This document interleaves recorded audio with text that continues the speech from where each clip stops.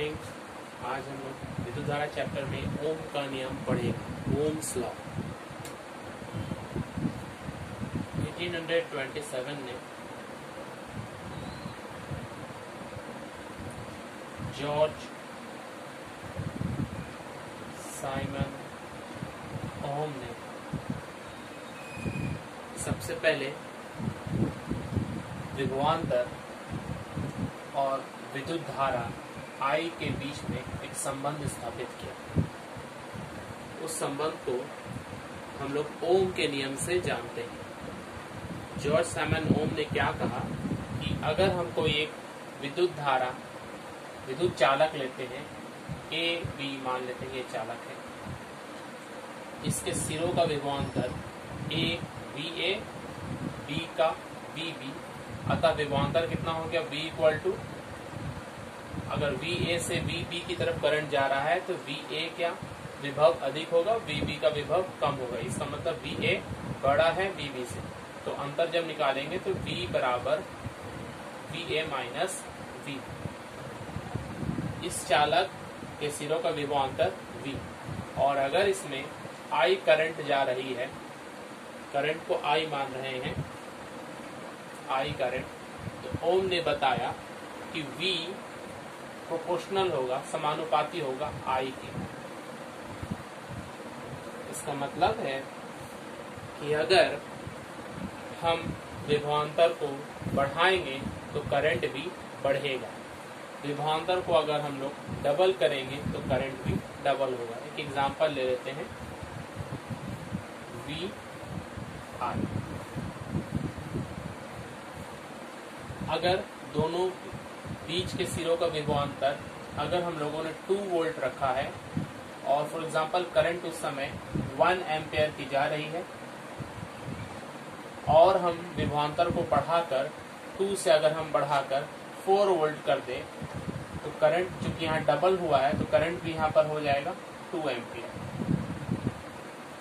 अगर हम लोग वोल्टेज को बढ़ाकर 3 गुना कर दें, 2 का 3 गुना 6 वोल्ट, तो करंट भी यहाँ पर 1 का 3 गुना हो जाएगा। तो हम क्या देख रहे हैं यहाँ पर, वोल्टेज को बढ़ाने पर करंट बढ़ता है, कितना बढ़ता है, डबल करने पर डबल, ट्रिपल करने पर ट्रिपल। या अगर हम वोल्टेज को कम करेंगे तो करंट भी उसी अनुपात में कम होगा। इसे ही हम लोग समानुपात समझते हैं, V समानुपात I। तो अब हम लोग इस नियम को स्टेटमेंट पढ़ लेते हैं।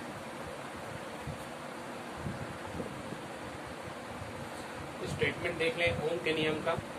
यदि किसी चालक का तापमान, चालक कहने का मतलब है कोई तार, जैसे कि तांबे का तार, यदि किसी चालक का तापमान तथा अन्य भौतिक दशाएं, ये कंडीशन है जो होने पर ही ओम का नियम लागू हो पाएगा। चालक का तापमान परिवर्तन नहीं होना चाहिए, मतलब चालक पहले जिस तापक्रम पर था बाद में भी वही तापक्रम पर होगा। और अन्य भौतिक दशाएं, यहाँ अन्य भौतिक दशाएं मतलब है चालक की लंबाई, मतलब तार जितना लंबा है उसको हम काटेंगे नहीं, उसको हम बढ़ाएंगे नहीं, उसकी मोटाई, ये सब दशाएं अगर हम स्थिर रखते हैं तब ये कंडीशन फॉलो होने के बाद, जब ये कंडीशन फॉलो हो जाएंगे तब ओम का नियम लागू होगा। ओम का नियम क्या कहता है कि चालक में प्रवाहित विद्युत धारा, जिसको हम I से डिनोट करते हैं, विद्युत धारा वो चालक के सिरों के विभवांतर, जिसे हम लोग V से डिनोट करते हैं, विभवांतर के समानुपाती होता है। विभवांतर को हम लोग वोल्टेज सबसे भी कभी कभी समझ सकते हैं। तो इस नियम के अनुसार V समानुपात I, इसकी व्याख्या हम लोग कर रहे हैं। अगर हमारे पास एक चालक है, AB चालक है, इस पे I करंट जा रही है और दोनों सिरों के विभवांतर अगर V है, और अगर इस चालक की लंबाई में हम परिवर्तन नहीं कर रहे हैं, तापमान में हम परिवर्तन नहीं कर रहे हैं, तो हम देखेंगे ओम ने कहा V समानुपात I। अब चूंकि यहाँ पर समानुपात का साइन है, इसलिए समानुपात को हटाकर हम लोग एक स्थिरांक लिख सकते हैं। तो वो स्थिरांक यहाँ पर हम लोग हर वक्त K लिखते हैं, मगर यहाँ पर हम लोग खास उसको नाम देकर R लिखेंगे। V equal to RI। यहाँ पर R एक स्थिरांक है जिसे हम लोग इस तार का प्रतिरोध कहते हैं, R को हम लोग प्रतिरोध कहेंगे। रेजिस्टेंस, इसलिए आर आया है, रेजिस्टेंस शब्द है इसका। V equal to R I, resistance प्रतिरोध मतलब रेजिस्टेंस। रेजिस्टेंस इसलिए कहा जा रहा है क्योंकि एक सेम वोल्टेज के लिए R का मान अगर हम बढ़ाते हैं तो I का मान घट जाएगा। इसे एक सिंपल सा मैथमेटिक्स अगर हम समझें, फॉर एग्जांपल V का वैल्यू फिक्स्ड हम लोग कर लेते हैं 100 पे, और R किसी भी चालक तार का R अगर हम 50 मान लें तो उस पे करंट कितना जाएगा 2, तभी तो मिलाकर 100 होगा, 15 × 2। अगर हमें 50 से प्रतिरोध अगर हम कम कर देते हैं, 50 से अगर प्रतिरोध को हम 25 कर देते हैं तो करंट को कितना होना होगा 100 करने के लिए 15 × 200, तो यहाँ 25 × 4 100। अगर हम इसे और कम करके 10 कर देते हैं तो यहाँ 2 4, तो यहाँ भी 10 करना होगा, तो 10 × 10 100। यहाँ पर हर बार देखिए 100 आएगा। सब वोल्टेज फिक्स्ड है। अगर एक समान वोल्टेज के लिए जैसे जैसे हम प्रतिरोध को घटा रहे हैं करंट हमारा बढ़ रहा है, या अगर नीचे से ऊपर जाएं, जैसे जैसे हम प्रतिरोध को बढ़ा रहे हैं 10 से 25 कर रहे हैं, 25 से 50 कर रहे हैं, तो हम देख रहे हैं यहाँ पर करंट का मान घट रहा है। इसका मतलब प्रतिरोध अगर बढ़ेगा तो करंट क्या होगा, घटेगा।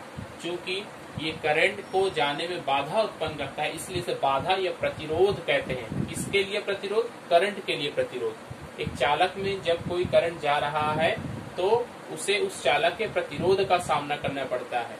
जिस चालक का प्रतिरोध अधिक होगा उसमें करंट को ज्यादा दिक्कत होगी आवेश को जाने में, इसलिए करंट का मान धीरे धीरे कम होने लगेगा। तो हम देखते हैं अधिक प्रतिरोध वाले चालक में करंट बहुत कम जाता है, और जो अच्छा चालक होता है जिसमें करंट बहुत तेजी से जाएगा उसका प्रतिरोध बहुत कम होगा। तो जिसका प्रतिरोध कम होता है वो अच्छा चालक कहलाता है।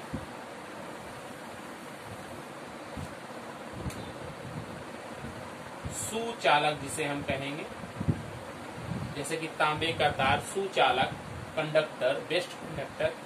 सुचालक का एग्जाम्पल अगर हम लोग देखेंगे तो चांदी है, लोहा, तांबा, ये सब बहुत अच्छे चालक है। इन सब का जो प्रतिरोध होता है ये बहुत ही कम होता है, वेरी वेरी लेस। और सुचालक से जो थोड़ा बुरा चालक जिसे हम कह सकते हैं वो अर्धचालक होता है। सिलिकॉन, जर्मेनियम, ये सब एग्जाम्पल है। इसके आर जो होते हैं वो मॉडरेट होते हैं, कम, बहुत ज्यादा भी नहीं बहुत कम भी नहीं। मगर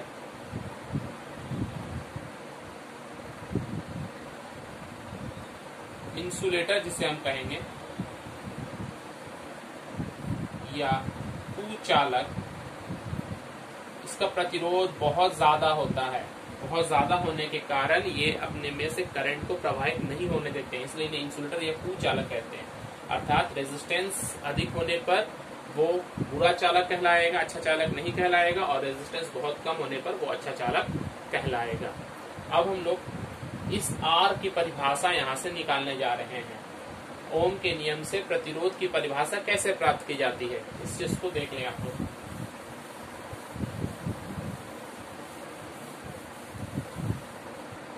हमने ओम के नियम से पढ़ा V = RI, ये हमने ओम के नियम से पढ़ा।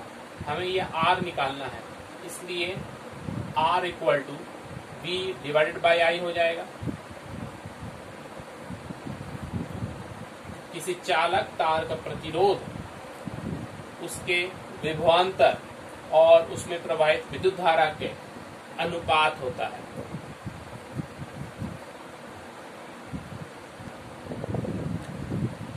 किसी चालक का प्रतिरोध उसके सिरों के विभवांतर V और उसमें प्रवाहित विद्युत धारा का I का अनुपात होता है। इस दोनों के अनुपात से हम प्रतिरोध की परिभाषा बता सकते हैं, और साथ ही साथ उसकी इकाई अगर हमें निकालनी है SI सिस्टम में तो हम वहां से उसकी इकाई भी निकाल सकते हैं। प्रतिरोध की इकाई SI सिस्टम में ओम होती है, OHM, ओम। ये ओम जो है ये इस वैज्ञानिक के नाम पर ही इसकी इकाई को ओम कहा गया। ओम को हम लोग ग्रीक लेटर ओमेगा से लिखकर दिखाते हैं। ये ओमेगा है, देखिए इसको ध्यान दीजिए लिखने का तरीका, ओमेगा।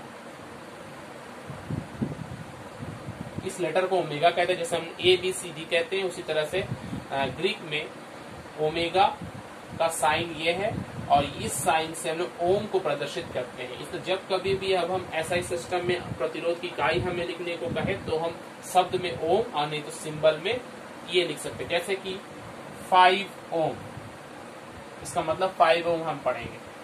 10 ओम, इसका मतलब हम 10 ओम पढ़ेंगे, मतलब उसका प्रतिरोध 10 ओम। इस ओम की परिभाषा क्या होगी? तो यहाँ से इस फॉर्मूला से ही देखें, अगर 1 ओम हमें निकालना है, 1 ohm OHM is equal to, volt की ऐसा इकाई होती है, V विभवांतर की इकाई होती है वोल्ट, और करंट की होती है एम्पियर। अतः 1 ओम की परिभाषा क्या देंगे हम लोग? उस चालक का प्रतिरोध 1 ओम कहलाएगा जिसके सिरों के विभवांतर 1 वोल्ट हो और उसमें 1 एम्पियर की विद्युत धारा प्रवाहित हो रही हो।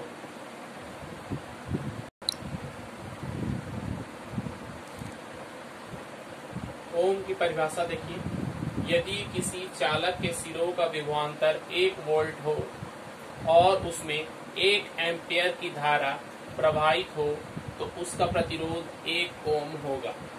मतलब अगर कोई तार है, उसके किनारों पर हम 1 वोल्ट का पोटेंशियल डिफरेंस विभवांतर रखते हैं और अगर उसमें हम 1 एम्पियर की धारा प्रवाहित करते हैं तो उसका हम लोग प्रतिरोध 1 ओम कहेंगे। ये प्रतिरोध की इकाई हो गई। अब प्रतिरोध के बारे में हम थोड़ा और डिटेल से पढ़ेंगे कि प्रतिरोध का कारण क्या है, ये प्रतिरोध क्यों उत्पन्न होता है। जब कोई चालक से कोई करंट जाता है तो उसे प्रतिरोध का सामना क्यों करना पड़ता है।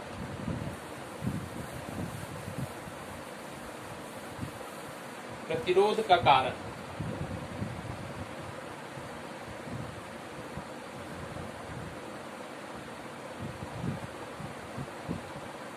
मान लेंगे एक चालक है, इस चालक को बड़े करके अगर दिखाएं, क्रॉस सेक्शन बड़ा कर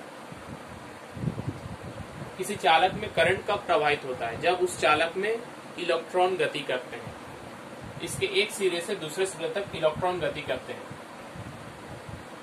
जिन्हें हम मुक्त इलेक्ट्रॉन या फ्री इलेक्ट्रॉन्स कहते हैं। ये इलेक्ट्रॉन जब गति करेंगे, बहुत ही अधिक वेग से ये गति करते हैं, मगर इन इलेक्ट्रॉनों को गति करने में इसके आसपास के जो इलेक्ट्रॉन्स हैं और परमाणु हैं, उन परमाणुओं से इन इलेक्ट्रॉनों को बाधा उत्पन्न होती है, धक्का महसूस करते हैं। जब ये जाएंगे, जिस तरह से अगर हम किसी भीड़ में अगर हम दौड़ें तो हम लोगों को धक्का लग सकता है और हमारा वेग कम होगा और हमें अपना गंतव्य तक पहुंचने में समय अधिक लगेगा। तो इस इलेक्ट्रॉन को अगर इस एरिया तक जाना है, इस जगह तक जाना है, तो इसे इन बाकी सब इलेक्ट्रॉनों से बच कर निकल कर जाना पड़ेगा, जिससे कि इसका वेग में कुछ कमी आएगी। अर्थात इलेक्ट्रॉन को जाने में देर होने का मतलब है विद्युत धारा में कमी आएगी। तो ये विद्युत धारा में जो बाधा उत्पन्न हो रहा है इन इलेक्ट्रॉनों को जाने के लिए, यही प्रतिरोध की सृष्टि करता है। तो प्रतिरोध की सृष्टि होती है अन्य इलेक्ट्रॉन और परमाणुओं के कारण। यही है प्रतिरोध का मुख्य कारण।